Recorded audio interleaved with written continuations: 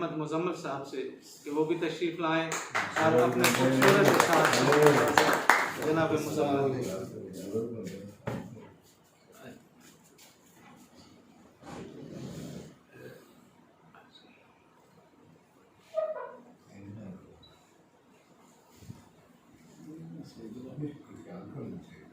उमरान साहब ना फिर इसके बाद अगले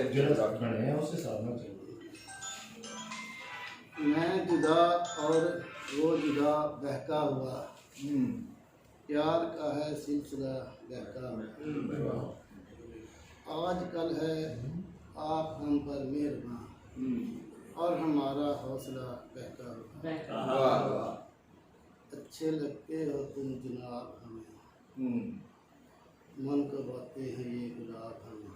क्या बात है, जरा ऊंची आवाज। अच्छे लगते हो तुम जनाब हमें, मन को बातें हैं ये गुलाब हमें। जब से जुल्फें तुम्हारी महकी हैं, अच्छी लगती नहीं शराब हमें।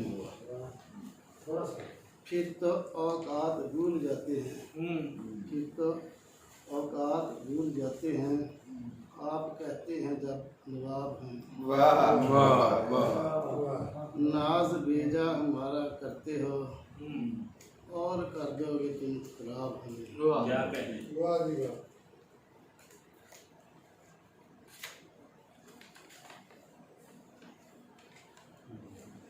रोना धोना क्या है गाना क्या, रोना धोना क्या है गाना क्या, प्यारे आशिक को आजमाना क्या। बहुत अच्छी बात है।